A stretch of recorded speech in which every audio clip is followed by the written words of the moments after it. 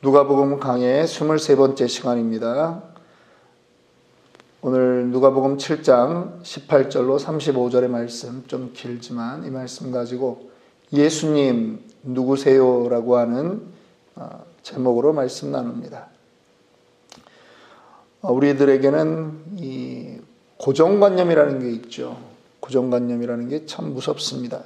뭐뭐답다, 뭐뭐다워야 한다라고 하는 것, 남자는 이래야 된다, 아이들에게 많이 강요하죠. 여자는 또 이래야 된다. 또 우리 한국 사람이 가지고 있는 기준이 있고 서양인들이 가지고 있는 또 기준이 있습니다. 목사를 볼 때도 목사는 이러이러해야 한다라고 하는 기준으로 목사를 바라보기도 합니다. 사역자는 이래야 된다. 사역자다움이라고 하는 것, 그런 것에 대한 기준이 있습니다. 나름대로 그런 기준들이 있다 보니까 그것에 어긋나면 저 사람 저거 사역자 맞나? 저 사람 저거 목사 맞나? 이렇게 생각할 때가 있습니다. 제가 그렇다는 게 아니라 남들의 일반적인 관념이 그렇다는 것입니다. 오늘 침례 요한이 메시아에 대한 그의 개념이 있었습니다. 그런데 오늘 본문은 침례 요한이 본인이 기대했던 그 메시아가 예수님이 아닌 것 같다라고 하는 의심이 들면서 시험에 들었습니다.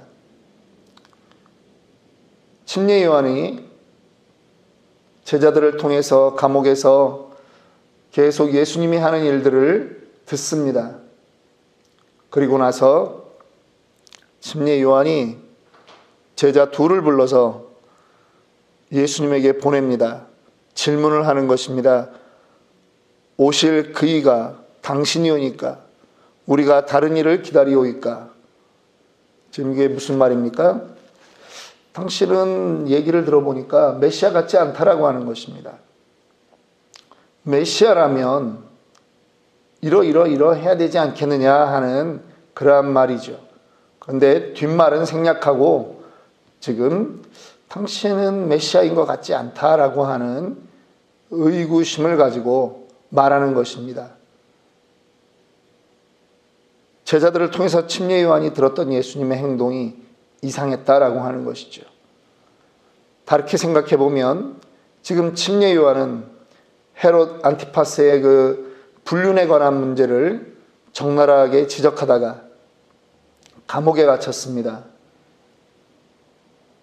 메시아라면 바른 말을 하다가 이렇게 감옥에 갇힌 사람을 구해주거나 아니면 지금 이제 이 로마의 핍박에서 이스라엘을 구원해야 되는데 라고 하는 자기 나름의 생각이 있었던 거겠죠. 그래서 사람을 보냅니다. 여쭈어 보라고 합니다. 그랬더니 예수님이 어떻게 합니까? 오늘 본문은 35절까지 조금 길긴 합니다만 약 세 파트로 나뉘어져 있습니다. 요한의 질문과 예수님의 반응이고 그 다음에 예수님이 요한에 대해서 또 어떻게 설명하는가 하는 것이고 마지막으로 비유 이야기입니다. 이게 지금 한 시리즈로 되어 있기 때문에 요 얘기를 좀 해야 됩니다. 예수님이 이 말을 듣고 21절에 마침 그때 예수께서 질병과 고통과 및 악귀 들린 자들을 많이 고치시며 또 많은 맹인을 보게 하신지라. 예수님이 그 침례 요한의 제자들을 데리고 사람들을 치유하는 그러한 일들을 참관하게 하는 거죠. 더 많이 보게 합니다. 더 많이 사람들을 고치십니다. 그리고 예수님이 내가 메시아야 이렇게 말씀하면 좋겠는데 그렇게 말씀하지 않고 뭐라고 하냐면 22절에 보니까 너희가 가서 보고 들은 것을 요한에게 말해줘라. 그런데 이렇게 말해라. 맹인이 보며 못 걷는 사람이 걸으며 나병 환자가 깨끗함을 받으며 귀먹은 사람이 들으며 죽은 자가 살아나며 가난한 자에게 복음이 전파된다 하라. 6가지를 이야기하고 있습니다. 육중평행이라 이렇게 신학적으로는 얘기하는 부분입니다. 이 내용들은 이사야 29장 18절 19절에 혹은 이사야 35장 5절에 이사야 61장 1절에 나와 있는 그러한 내용들입니다. 이것은 이사야서에 나와 있는 메시아가 오면 나타날 그런 현상들을 기록하고 있는 것입니다. 바로 그것을 전하라고 하는 거죠. 그리고 말씀합니다. 누구든지 나로 말미암아 실족하지 아니하는 자는 복이 있도다 하시니라. 예수님은 자신이 메시아임을 말로 그렇게 확인시켜주는 분이 아니라 행동으로, 특별히 구약에 예언된 약속을 이루어 주심으로 예수님은 자기가 메시아라고 하는 것을 침례 요한에게 전하고 있는 것입니다. 그리고 예수님이 제자들에게, 주변의 사람들에게 침례 요한에 대해서 말씀합니다. 무리들에게 말씀합니다. 요한에 대하여 말씀하시되 너희가 무엇을 보려고 광야에 나갔더냐. 침례 요한은 우리가 아는 것처럼 광야에서 살았습니다. 그는 예루살렘의 제사장의 아들로 태어났습니다. 그런데 그가 광야에서 가죽옷을 입고 메뚜기와 석청을 먹고 살았다라고 하는 것입니다. 그런데도 그의 메시지에 사람들이 환호하는 것입니다. 그들이 광야에 가서 침례 요한을 만나기 위해서 그렇게 갔습니다. 사람들의 마음에도 침례 요한은 선지자 중에 선지자구나 하는 마음이 분명히 있었다라고 하는 것입니다. 때로는 어떤 사람은 그가 오실 메시아가 아니었을까 하는 그러한 마음이 침례 요한의 설교를 들으면 누구나 있었다라고 하는 것입니다. 그래서 사람들이 침례 요한 앞에 나아가 그들의 죄를 회개하고 침례를 받았습니다. 그런데 침례 요한은 그의 사명이 예수 그리스도 메시아를 소개하는 그러한 존재였을 뿐입니다. 그럼에도 불구하고 사람들은 그에게 환호했고 그를 따랐던 것이죠. 그러나 따르지 않는 사람이 있습니다. 누굽니까?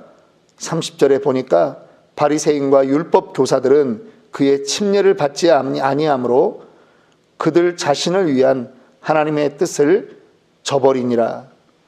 지금 사람들이 침례 요한에게 침례를 받는 것은 침례 요한의 그 가르침에 따라서 이제 천국이 왔구나, 이제 그리스도가 오시는구나 라고 하는 것에 대해서 동의했다라고 하는 것입니다. 그런데 또 다른 고정관념에 사로잡힌 그 사람들이 있습니다. 바리새인들과 율법 교사들입니다. 그들은 침례 요한의 그 가르침에도 마음문을 열지 않았다라고 하는 것이죠. 어떤 사람은 그 가르침에 마음문을 열고 29절에 어떤 사람들을 뭐라고 말합니까? 모든 백성과 세리들은 이미 요한의 침례를 받았다라고 말합니다. 그들 마음에 찔림을 받고 그들은 이미 요한의 침례를 받은 것입니다. 그런데 여전히 고정관념을 가지고 침례 요한의 그 말씀에도 귀 기울이지 않는 사람들이 있다라고 하는 것이죠.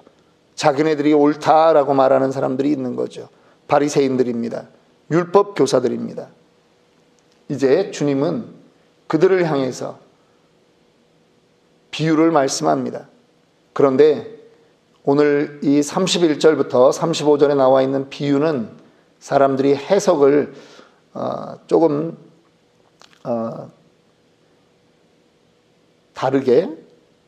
다르다기보다는 잘못 해석하는 경우가 많이 있습니다. 어떻게 잘못 해석을 하느냐? 예수님이 비유하건대 아이들이 장터에 앉아 서로 불러 이르되 우리가 너희를 향하여 피리를 불어도 너희가 춤추지 않고 우리가 곡하여도 너희가 울지 아니하였다 함과 같도다. 이 말씀인데, 이 말씀은 우리 대부분 어떻게 해석을 하냐 하면, 시대가 예수님이 회개하라 회개하라 말씀을 하셔도 반응을 하지 않는다, 세대가 악하다, 이렇게 해석을 합니다. 그런데 오늘 본문은 그렇게 해석하면 안 되고요, 그 뒤에 구절하고 연결해서 해석을 해야 됩니다. 33절 34절에 뭐라고 말하냐 하면, 침례 요한이 와서 떡도 먹지 아니하며 포도주도 마시지 아니하매 너희 말이 귀신이 들렸다 하더니, 인자가 와서 먹고 마시매 너희 말이 보라 먹기를 탐하고 포도주를 즐기는 사람이요 세리와 죄인의 친구로다 하니. 이 말씀이 무슨 얘기냐면, 지금 바리새인과 율법 교사들을 예수님이 지금 비꼬는 얘기입니다. 지금 거기에는 나인성 과부를 치유한 그러한 일 가운데 지금 많은 사람들이 있는 것입니다. 많은 무리들이 있는데 그 중에는 어떤 무리들이 있습니까? 바리새인과 율법 교사들도 지금 그곳에 있는 것입니다. 그런데 예수님이 이 비유를 하는 이유가 있습니다.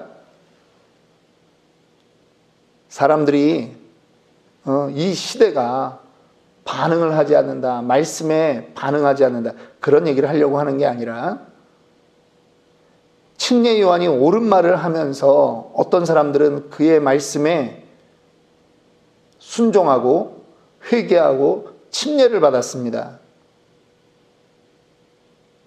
그런데 침례 요한의 그 행적은 어떻습니까? 그는 광야에서 살았습니다. 가죽옷을 입었습니다. 밥을 잘 먹지 않습니다. 오히려 메뚜기와 석청, 들꿀을 먹습니다. 그랬더니 사람들이 그 삐쩍 마른 침례 요한을 보면서 저 귀신 들렸다, 떡도 먹지 아니하며 포도주도 마시지 않는다, 그렇게 비꼰다라고 하는 거예요. 그러더니 이번에는 침례 요한이 예수님을 침례하고 이분이 하나님의 아들이시다 분명히 말씀했는데, 예수님은 죄인들과 함께 어울리니까 이제 저 예수라는 사람은 먹고 마심에 너희 말이 보라 먹기를 탐하고 포도주를 즐기는 사람이요 세리와 죄인의 친구로다. 예수님은 그렇게 비난한다라고 하는 거죠. 그러니까 너희 바리새인과 율법 교사들, 너희는 뭐를 하는 사람들이냐? 너희는 똑바로 판단하려고 하는 게 아니라 너희가 잘 알고 있는 그 구약의 근거에서 이 일을 하고 있는 사람이 정말 메시아구나 그렇게 판단하려고 하는 게 아니라, 너희는 너희의 고집을 가지고 너희는 남만 판단하는 사람이다. 그래서 마땅히 춤을 춰야 될 때에 춤을 안 추고, 곡을 해야 될 때 아이들이 노는 그러한 놀이를 합니다. 곡을 하는 놀이를 하는 거예요. 그런데 거기에도 너희들은 같이 놀지 않고 반응하지 않고, 피리 불면 춤을 춰야 되는 그 놀이에도 마치 어떤 아이들이 반응하지 않는 것처럼 너희들은 너희의 고집만 내세우고 있구나 하는 것입니다. 마지막 절입니다. 지혜는 자기의 모든 자녀로 인하여 옳다함을 얻느니라. 여기서 지혜는, 이게 해석이 되게 어려운 부분인데요. 저는 이렇게 해석합니다. 지혜는 하나님입니다. 하나님의 말씀은 자기의 모든 자녀, 구원받을 자기의 백성들에게는 옳다함을 얻는다라고 하는 거죠. 고정관념 때문에 어떤 사람은 구원받을 메시지를 들으면서도 구원의 자리에서 배제되어 있다라고 하는 것입니다. 그것이 바리새인들이요 율법 교사인 것입니다. 오늘 이렇게 해석할 수 있는 충분한 근거는 내일 이제 우리가 말씀을 볼 텐데요. 36절에 한 바리새인이 예수께 자기와 함께 잡수시기를 청하니 이에 바리새인의 집에 들어가 앉으셨을 때에 라고 하는 말씀이 근거가 되는 것입니다. 이 바리새인이 예수님을 정말 위해서 자기 집으로 초청한 사람은 아니거든요. 여전히 자기의 고정관념이 있는 그런 사람이고 예수님을 넘어뜨리려고 하는 그러한 목적을 가지고 예수님을 부른 사람이다라고 하는 것입니다. 그 부분은 내일 또 말씀 나누도록 하겠습니다. 우리가 이 땅에 살면서 고정관념을 줄이면 참 좋겠습니다. 다만 우리도 무엇인가 판단해야 될 때가 있죠. 판단은 무엇으로 합니까? 누가복음 6장에 보면 나무는 무엇으로 그 나무를 안다고요? 열매를 보고 안다라고 하는 것입니다. 몇 대째 신앙생활을 했고 집안이 다 믿고 장로니 권사니 안수집사니 이런 얘기 그렇게 중요하지 않습니다.